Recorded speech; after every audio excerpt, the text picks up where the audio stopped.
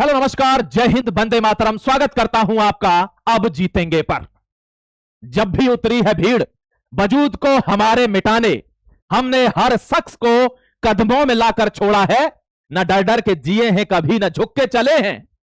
दुश्मन के हर मंसूबे, हर नापाक इरादे को हमने उसके गिरेबान में झांक कर तोड़ा है।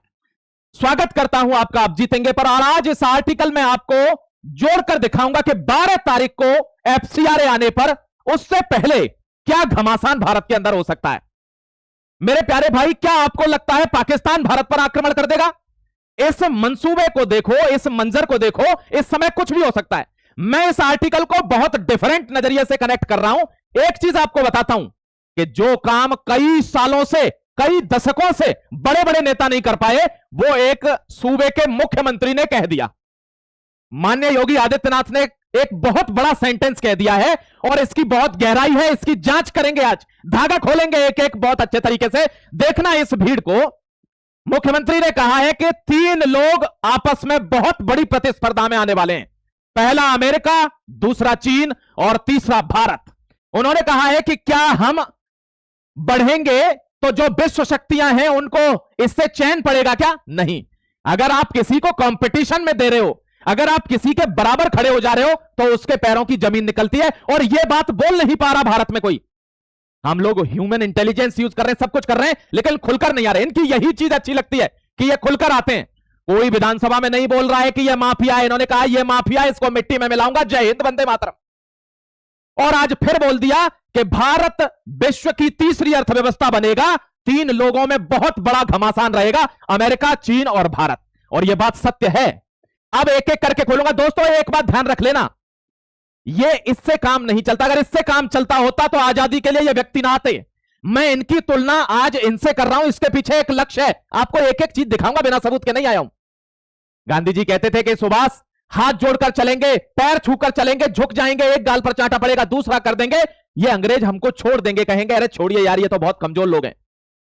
सुभाष चंद्र बोस कहते हैं आजादी खैरात नहीं है जो कटोरा लेकर मिल जाएगी। ये हमारा हक है और हक छीनना पड़ता है। ये वो व्यक्ति है जिसने पूरी दुनिया पर शासन करने वाले अंग्रेजों को भारत से भगा दिया था। किसके दम पर? ताकत के दम पर। तो ताकत का पर्याय आपको देना होगा अगर आपको देश चलाना है।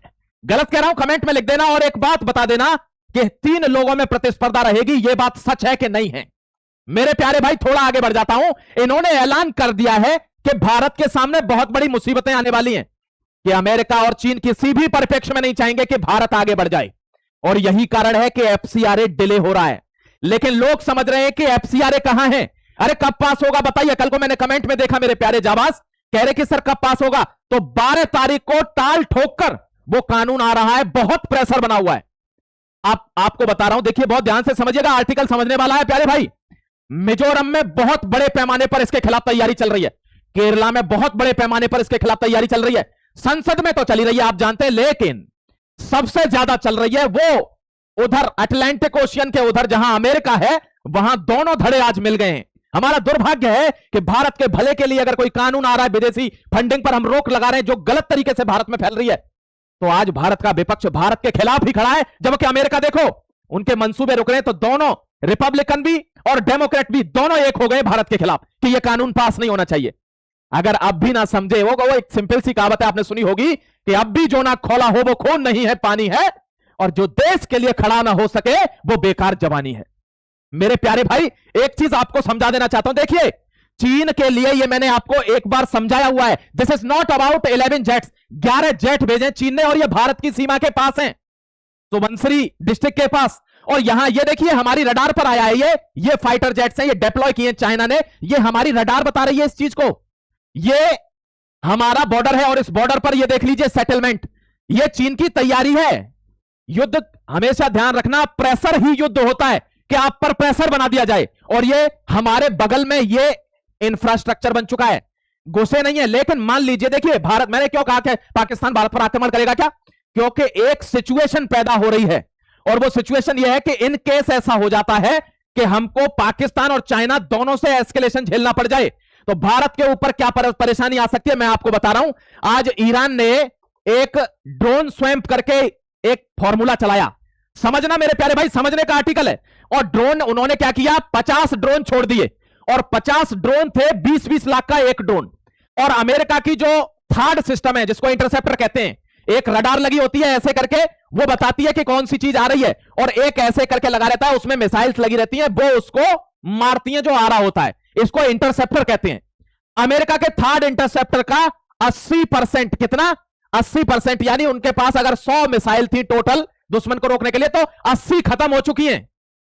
और एक महीने में मात्र 15 मिसाइल बन रही है, यानी अगले 3 साल तक भी बनाए ना तो भी ईरान अगर हमला कर दे तो रोक नहीं पाएंगे अब। और यह सिचुएशन भारत के खिलाफ चाहता है कौन, चीन। इसीलिए आपने देखा होगा यहां हॉबिटजर क्या कर दिए, तैनात कर दिए। आपने देखा ना 250 तोपें भारत के बॉर्डर पर खड़ी हैं। चीन के फाइटर जेट भारत के बॉर्डर पर खड़े हैं। जो समझाने का प्रयास कर रहा हूं वो समझना कि अगर एस्केलेशन होती है तो भारत क्या करेगा, इंटरसेप्ट करेगा, चाहे हमारा S-400 हो, चाहे हमारा अपना आकाश तीर हो। इनसे जब मिसाइलें जाएंगी, तो जब मिसाइलें कम होती चली जाएंगी और ड्रोन रहेगा सस्ता और मिसाइल रहेंगी महंगी, तो सिचुएशन कौन सी आ जाएगी, अमेरिका वाली। लेकिन वो मूर्ख हैं, वे जानते नहीं है कि यहां पर इंटेलिजेंस में कौन बैठा है। जो तुम सोचते हो ना वो हम 2 महीने पहले सोच के बैठे होते हैं। जय हिंद, वंदे मातरम। सल्यूट करिए अपने फोर्सेस को मेरे प्यारे भाई। देखिए समय चेंज हो गया है, मैं आपको बता रहा हूं अभी समय चेंज कैसा हुआ है। देखिए आज 7 अगस्त है और 7 अगस्त को हैंडलूम डे मनाया जा रहा है। स्वदेशी भारत आंदोलन की शुरुआत थी और उसमें कहा था कि अंग्रेजों का छोड़िए मामला, अपना अपनाइए। समझ गए प्यारे भाई। तो ये तो मैं आपको कई बार बोल चुका हूं, लेकिन ये सॉफ्ट क्या है, पॉलिटिक्स है, सॉफ्ट पॉलिटिक्स। हार्ड पॉलिटिक्स क्या है कि माफिया है तो मिट्टी में मिलाएंगे। आप देख लीजिए जिनके पाकिस्तान से संबंध हो और वे भारत में रह रहे हो तो क्या मंजर होगा। प्यारे दोस्त आपको मैं आपको इनडायरेक्टली समझा रहा हूं, आप डायरेक्टली समझना। और हाथ जोड़कर विनती है, बता जरूर देना कि जो बोल रहा हूं वो समझ में आ रहा है कि नहीं, कि समय चेंज हो गया है। अब सॉफ्ट डिप्लोमेसी काम नहीं आती है। डोभाल साहब आए तो उन्होंने क्या चलाया, ऑफेंसिव डिफेंस, यानी अगर कोई मार रहा है तो मारिए तुरंत। अब प्रॉब्लम क्या है कि हमारे ऊपर कोई मिसाइल छोड़ रहा है तो आप सिर्फ मिसाइलों को मत मारते रहिए ऊपर के, ये मिसाइल हमने वही मार दी, उसका साले का खत्म कर दीजिए मामला वहां जाकर। और इसके पीछे का राज आपको एक आदमी दिखाऊंगा जिसकी वजह से पाकिस्तान थर थर कांप रहा है, इसी स्लाइड में दिखाऊंगा प्यारे जाबाज। ये देख लीजिए, 7th India observes national handloom day, हथकरघा उद्योग। ठीक है प्यारे भाई, ये आप समझ लेना। मैं थोड़ा सा चलता हूं, एक फोटो आपको दिखाता हूं। ये स्टोरी बहुत जबरदस्त है, अगर आप हल्का सा इसको समझ गए तो आपके सामने फिल्म क्लियर हो जाएगी भारत क्या चीज है। देखिए ये फोटो आपको दिख रहा है, आप जानते हैं ये कौन है, चलिए अभी आप जान जाएंगे। मैं अभी जानने की कोशिश कर नहीं रहा, डायरेक्ट बताऊंगा आपको। लेकिन सबसे पहले मैं आता हूं कि जब 2 देशों में युद्ध होता है तो क्या होता है, वहां के एयरक्राफ्ट निकलते हैं, फौजें निकलती हैं, तोपें निकलती हैं, टैंक निकलते हैं, ऐसा होता है ना युद्धों में।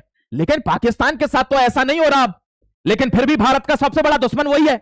यही आपको समझा रहा हूं, ध्यान रखना कि आने वाले समय में बहुत बड़ा कुछ होने जा रहा है, बहुत बड़ा। आपने कल्पना नहीं करी। देखिए पहले युद्ध ऐसे ही होता था, ये 48 में युद्ध करने आए हमसे, सेना लेकर आए, इनकी ऐसी तैसी हो गई, भाग खड़े हुए। फिर दोबारा 65 में आए, कराची का चोर, बॉर्डर पिक्चर देख लेना अगर नहीं देखिए तो, वो 65 का ही युद्ध है, लोंगेवाला वाला। फिर इनकी ऐसी तैसी हुई, फिर टैंक छोड़ के भाग गए। तीसरी बार फिर ये सेना के साथ आए और यहां तो इनके 2 टुकड़े हो गए। यहां बांग्लादेश बन गया 1971 में और 93,000 लोग सरेंडर कर गए। फिर एक बार इन्होंने मंसूबा बनाया कि भारत को घेरेंगे और कारगिल में ये आए, और इस बार मार उतनी तगड़ी थी भारत की तरफ से कि ये अपने आदमियों की डेड बॉडी लेने से मना कर दिया कि हम मर जाएंगे, डेड बॉडी लेने गए तो भागो यहां से। ये मंजर था कारगिल में। और ये लड़ने की बात करते तो इन्होंने 4-5 बार पूरी ताकत से कोशिश की कि सेना के साथ लड़ते हैं, लेकिन हर बार क्या मिला, मौत मिली। हर बार मिली वो शिकस्त मिली इनको। अब मैं क्या ही कहूं, बुरे से बुरा शब्द बोल सकता हूं, लेकिन यहां प्लेटफॉर्म का मुझे ध्यान रखना है। फिर एक आदमी जियाउल हक सोचता है कि भारत को ऐसे कभी हराया नहीं जा सकता क्योंकि वो तुम्हारा बाप ही है, चाहे जो कह लो, सीधे जाओगे तो पिटोगे, डायरेक्ट है। तो उसने एक फॉर्मूला चलाया और उसका मतलब था कि bleed India with hundreds of cuts. Bharat को जगह जगह जगह जगह घाव दो, आतंकवादी हमले करो, कहीं विस्फोट करो, कहीं कुछ करो, कहीं हंगामा करवाओ, कहीं आंदोलन करवाओ। ये है, यानी जगह जगह से इतना कमजोर कर दो कि हर समय वो उसी में लगा रहे। देखना कि घुमा के कहूंगा, बड़ी बात कहूंगा, समझना आपका काम है। ध्यान रखना, पहले भी जो पॉलिटिक्स चलती थी उसमें डायरेक्ट कोई मैसेज कन्वे नहीं होता है। खग जाने खगही की भाषा। चिड़ियां चहकती हैं तो चिड़ियां समझ जाती हैं कि क्या होने वाला है, कोई सांप तो नहीं आ रहा है, तो सब उड़ जाती हैं। तो आपको डायरेक्ट इनडायरेक्ट समझाऊंगा, समझ लेना डायरेक्टली। उसके बाद 1968 हमारी रॉ बनती है। मेरे प्यारे जाबाज, मैं आपको उस आदमी की कहानी बता रहा हूं, इसको भूलना मत। इस आदमी को अभी दिखाऊंगा कौन है ये। उसके बाद ये बनती है, और पाकिस्तान जैसे देश क्या करते हैं कि डायरेक्ट कभी जीवन में लड़ नहीं पाएंगे भारत से। ये खालिस्तान, क्योंकि पाकिस्तान से क्या लगता है, पंजाब, खालिस्तान का जन्म होता है। भारत में एक प्रधानमंत्री की हत्या भी हो जाती है, ऑपरेशन ब्लू स्टार भी होता है, और भारत में इंसर्जेंसी शुरू हो जाती है। उसके जस्ट बाद कश्मीर से भगाया जाता है सनातनियों को, कश्मीरी पंडितों को वहां खाली करवा देते हैं। क्यों? क्योंकि पंजाब में दाल नहीं गली तो फिर कश्मीर चाहिए था, कश्मीर में दाल नहीं गली तो केरल की तरफ चले गए, केरल में दाल नहीं गली तो बांग्लादेश की तरफ, बंगाल की तरफ चले गए। हर जगह पर इन्होंने कोशिश करी है, मैं एक एक करके दिखा रहा हूं। देखिए, फिर इन्होंने कहा कि दो तरीके हैं कि हथियार भेजिए और ड्रग्स भेजिए। भारत को बर्बाद करना है तो हथियार भेजिए, ड्रग्स भेजिए। इस ड्रग्स में शामिल था अतीक अहमद, इन हथियार की तस्करी में शामिल था अतीक अहमद। ऐसे ही कोई माफिया नहीं मारा जाता है, ऐसे ही कोई 2 दिन में नहीं बनता है। लेकिन उनको जो आश्रय दे रहे थे उनका भी मैं यहां पर चेहरा खोलूंगा। अभी वे लोग बात ना करें। आज कुछ मतलब क्या बोलूं इनके लिए शब्द, जो दोषी हैं, जिन्होंने जिन्होंने सरकार को धोखा थोड़ी दिया है, भारत की आस्था को थोड़ी धोखा दिया है, उन्होंने राम जी को धोखा दिया है। भगवान श्री राम के मंदिर से तुम्हारे हाथ नहीं कांपे चोरी करने में। लेकिन चोरी की बात आज कौन कर रहा है? जो कहते थे कि जिसने बाबरी मस्जिद पर चढ़ने की कोशिश की वो वहीं के वहीं चिपका रह गया, हमारी पुलिस ने उसमें गोली मार दी। यह मुलायम सिंह यादव जी का स्टेटमेंट है। और कहते हैं कि मुझे इस बात पर गर्व है कि किसी ने मस्जिद पर हमला किया और हमारी पुलिस ने गोली मार के वो वहीं चिपका दिया। वे राम मंदिर बनवाने वाले उन भगवाधारी कार सेवकों का खून था। वे भारतवर्ष के सनातनी थे जो राम मंदिर की सेवा में मारे गए थे। ये ऐसे ही नहीं बनाए, आप समझते होंगे ऐसे ही बनाए, और आज कोई हमारी आस्था को ऐसे चोट पहुंचा देता है। आज जिन लोगों ने गोलियां चलाई वही सबसे बड़े हितैषी बन रहे हैं। इतना दो मुंहा चरित्र तो नहीं होना चाहिए किसी का। खालिस्तान में प्रॉब्लम क्या है कि केवल आतंकवाद नहीं है, इन लोगों ने भी बहुत साथ दिया है। बॉलीवुड ने हमेशा वो कचरा परोसा के एक आदमी आता है लंबे बाल करके, मुंह में सिगरेट लगा के, और वो रॉ का एजेंट है, वो पाकिस्तानी एजेंट से प्यार करता है। अगर एजेंट गिरी ऐसे होती ना तो अब 30वें दिन तो तुम्हारी कबर खुद जाती। ये जो दिखाते हो पिक्चरों में, तुमने भूसा भर दिया लोगों के दिमाग में। सबसे पहले तो इनको बॉयकॉट करो कि एजेंट के नाम पर एक लड़की नचा रहे हैं और पीछे बैकग्राउंड में म्यूजिक चल रहा है। इनका सबसे बड़ा हाथ है पाकिस्तान की इमेज सुधारने में, सबसे बड़ा हाथ है। गलत कह रहा हूं लिख देना कमेंट में मेरे प्यारे भाई। यहां देखिए, जब हथियार दिए, ड्रग्स दिए, पत्थर फेंकवाए, हर चीज भारत के खिलाफ हर चीज की गई। और आज जब भारत ने जम्मू कश्मीर का मसला सॉल्व कर दिया, बांग्लादेश आजाद हो गया, भारत ने पाकिस्तान का बॉर्डर सील कर दिया, भारत ने नेपाल के बॉर्डर की समस्या खत्म कर दी, भारत ने बांग्लादेश का बॉर्डर सील कर दिया, तो जगह कहां है भारत में घुसने के लिए? एक जगह है, और वो है बैंक अकाउंट, डायरेक्ट ट्रांजैक्शन। और उसका नाम क्या है? Foreign contribution regulation act. FCRA के अंदर चल रहे वो तमाम एनजीओ, जिन एनजीओ की वजह से भारत को खोखला किया जा सकता है। आप डायरेक्ट नहीं जा सकते, डायरेक्ट आतंकवादी हमला नहीं कर सकते, लेकिन आप ह्यूमैनिटी यूज कर सकते हो। आप कहेंगे सर ये क्या शब्द है? ये शब्द है कि भारत में पैसा पहुंचाओ, लोगों को खरीदो और वहीं के लोगों से काम करवाओ, क्योंकि हमारे लोग तो जा नहीं पाएंगे। आज आपको वो कहानी बता रहा हूं इस आदमी की, कि जो हमने 9 अड्डे उड़ाए थे ना इसी में पाकिस्तान में, वे 9 अड्डे ऐसा नहीं था हमने तुरंत चिन्हित किए और उड़ा दिए, वे 8 साल पहले से चिन्हित थे। 8 साल पहले से। आप रिपोर्ट देखिए ना, उन्होंने कहा हम उस मोमेंट का इंतजार कर रहे थे कि हम कब इस पर आक्रमण करें, और आक्रमण के बावजूद हमारा प्रिसीजन बहुत अच्छा होना चाहिए, यानी मिसाइल जहां छोड़ रहे हैं वहीं होनी चाहिए। अगर गलती से मान लीजिए किसी जिस ठिकाने पर, मदरसे पर छोड़ रहे हैं आतंकवादियों के पर, वहां अगर स्कूल निकल गया तो पाकिस्तान तुरंत अमेरिका भागेगा, यूनाइटेड नेशन में सारी चूड़ियां तोड़ देगा जाके कि साहब हम तो बर्बाद हो गए, लुट गए, हम पर तो अत्याचार कर दिया भारत ने, और फिर भारत पर इंटरनेशनल प्रेशर बनेगा। तो सबसे बड़ी जाबाजगी क्या थी कि जहां निशाना लगाया है वहीं मारा जाए। इस पर एक कहावत है ना मेरे प्यारे भाई, इतने सन्नाटे पिए हैं मेरी समत ने, जो कह दूं तो आवाज पर निशाने लग जाएं। और ये जो कल परसों के इंटेलिजेंस एजेंट घूमते हैं, भारत के एक एजेंट से मिल जाएं तो पैर दबाने लग जाए। ऐसे ऐसे जाबाज भारत में पैदा हुए, ध्यान रखना प्यारे दोस्त। एफसीआरए 12 जुलाई को आ रहा है, और इस बार हम अकेले नहीं है। आप कहेंगे सर इसमें भी कोई साथ में है क्या? हाँ मेरे जाबाज, ये देखिए ना, क्योंकि इतने लोग इसके खिलाफ हैं, USA, UK, Pakistan, missionary opposition, churches, NGO, तो हमारे साथ एक बहुत बड़ा आदमी आ रहा है, और आप उसको जानते भी हैं, मैं बता देता हूं आपको। देखिए एक बार, ये अकेला आदमी खड़ा है संसद में, इसको घेर रहे हैं, कह रहे हैं कि ये बिल पेश नहीं कर सकता, बहुत दिक्कत हो जाएगी भारत को। इतनी अंदरूनी धमकियां दे रहे, देखिए भारत में बैठकर भारत को धमकियां दे रहे हैं, ये हिमाकत है इनकी। लेकिन एक आदमी टाल ठोक रहा है कि ये तो पास करा के रहूंगा, भारत के लिए जो मुमकिन हो करेंगे, क्योंकि पार्लियामेंट में बोल चुके हैं कि जान भी दे सकते हैं अगर भारत की कोई बात आएगी तो। मेरे प्यारे भाई, पीछे नहीं हटेंगे, ध्यान रखना। ये देख लीजिए एफसीआरए बिल के लिए, rebellion over NGO crackdown, NGO बंद ना हो जाए उसके लिए। अब मैं आपको वो चीज दिखाने जा रहा हूं जिसका इंतजार था। ये बंदा हमारे साथ आ गया। आप कह रहे होंगे सर इजराइल क्यों आ रहा है हमारे साथ? क्योंकि भारत और इजराइल ही दो देश हैं जो आतंकवाद को खत्म करना चाहते हैं, वरना हर देश आतंकवाद को पाल रहा है। ईरान है, हुदीज, हिजबुल्लाह, सब ईरान के पाले हुए हैं। ध्यान रखना, अमेरिका का पाला हुआ पूरा पाकिस्तान है और पाकिस्तान का पाला हुआ बांग्लादेश है। आतंकवादी हर जगह पाला जा रहा है। ये दो देश हैं जो आतंकवाद से पीड़ित हैं और हम खत्म करना चाहते हैं। नेतन्याहू का कॉल आता है भारत के प्रधानमंत्री को, सबसे बड़ा, अब तक का सबसे बड़ा डिक्लेरेशन होता है कि हम ग्रेटेस्ट अलाइज हैं, अब तक के सबसे बड़े अलाइज। डिफेंस में, यहां पर मैन्युफैक्चरिंग में, फ्री ट्रेड एग्रीमेंट में 1 बिलियन का इन्वेस्टमेंट कौन कर रहा है? यहां इजराइल कर रहा है, भारत में। आपको दिखाना चाहता हूं मैं, देखिए मेरे प्यारे भाई, the high profile public endorsement completely dollars coordinated toolkit propaganda campaigns that attempt to paint India in isolated player modern geopolitics. पैसा दे देके मेटा ने माफी मांगी है ना, अभी फेसबुक के मेटा ने, मार्क जुकरबर्ग आया था, उन्होंने कहा भारत की इमेज को खराब करने के लिए पैसे दे देके जिस तरीके से चीजें चलवाई जा रही है पूरी दुनिया में, उसके खिलाफ इजराइल आ गया है। कि बात जब टेक्नोलॉजी की है तो हम आपके साथ कोलैबोरेशन करते हैं और हम देखते हैं कौन भारत की इमेज खराब करता है या कौन कहता है कि भारत अकेला है विश्व में। ऐसे आदमी के साथ हम कंधा मिलाकर ना चलें। लोग चाहते हैं हम इजराइल से रिश्ता तोड़ दें, लोग चाहते हैं हम रूस से रिश्ता तोड़ दें, क्योंकि ये हमारे दोनों हाथ हैं। प्यारे भाई, इनसे रिश्ता नहीं तोड़ सकते, ध्यान रखना। इस आदमी का फोन आता है और देखिए, द ग्रेटेस्ट अलाइड डिक्लेरेशन। ये डिक्लेरेशन होता है कि भारत और इजराइल सबसे बड़े ग्रेटेस्ट अलाइज हैं। इनका कभी रिश्ता खराब नहीं हुआ, हर जगह ऊंच नीच चलती है, इनमें नहीं चली। Free trade architecture locked. मैं आपको बता रहा हूं, $1 बिलियन सुपर पावर्स के पैरों के नीचे से जमीन निकल गई है। क्योंकि अमेरिका सुपर पावर कैसे है? क्योंकि इजराइल का 100% सपोर्ट रहता है। जितने बड़े पैसे वाले हैं इजराइल के, सब अमेरिका में। टेक्नोलॉजी में कोई है आसपास इजराइल के? कोई नहीं है। अगर वो भारत के साथ मिल गया तो आप भारत को देखिए ना, कोई रोकेगा क्या? अब भारत अगर विश्व शक्ति में आ रहा है, सुपर पावर में आ रहा है, तो क्या चीन और अमेरिका खुश होंगे? आप अपने घर में देख लीजिए, आपका पड़ोसी आपको देखकर खुश नहीं होगा अगर आपकी नौकरी लग जाती है तो। ये तो देश है और वो भी कई दशकों की प्रभुत्व हेजीमनी है। अगर भारत उस हेजीमनी को, प्रभुत्व को तोड़कर ऊपर निकल जाएगा, कोई खुश होगा क्या?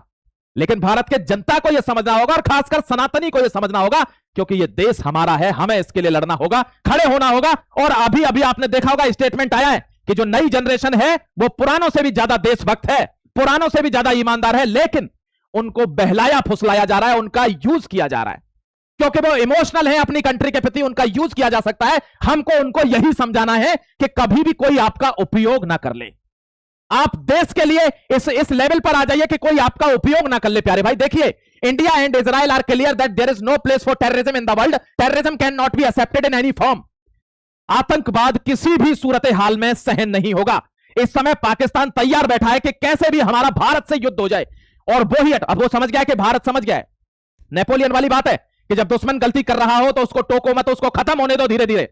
अब वो समझ गया है कि भारत हम पर आक्रमण नहीं करेगा, सब कुछ होने का। अगर पीओ के वाला इतना मसला हो गया तब भारत हमला नहीं कर रहा है, इसका मतलब ये नहीं करेगा। तो तुम कुछ करो भारत के ऊपर, जिससे ये जो जनता हमें मारने आ रही है, इनसे कहा जाए कि तुम आपस में लड़के मर रहे हो, देखो भारत मार रहा है पाकिस्तान को, आ जाओ आर्मी के साथ। रोटी खाने के लिए पैसा नहीं है और आर्मी की तनख्वाह 25% इंक्रीज कर दी गई है। इसको कहते हैं डिक्टेटरशिप। जो घर में बैठ के बोलते हैं ना कि डिक्टेटरशिप चल रही है भारत में, उनकी आंखें अभी खुली नहीं है, जानकारी अधूरी है, ध्यान रखना।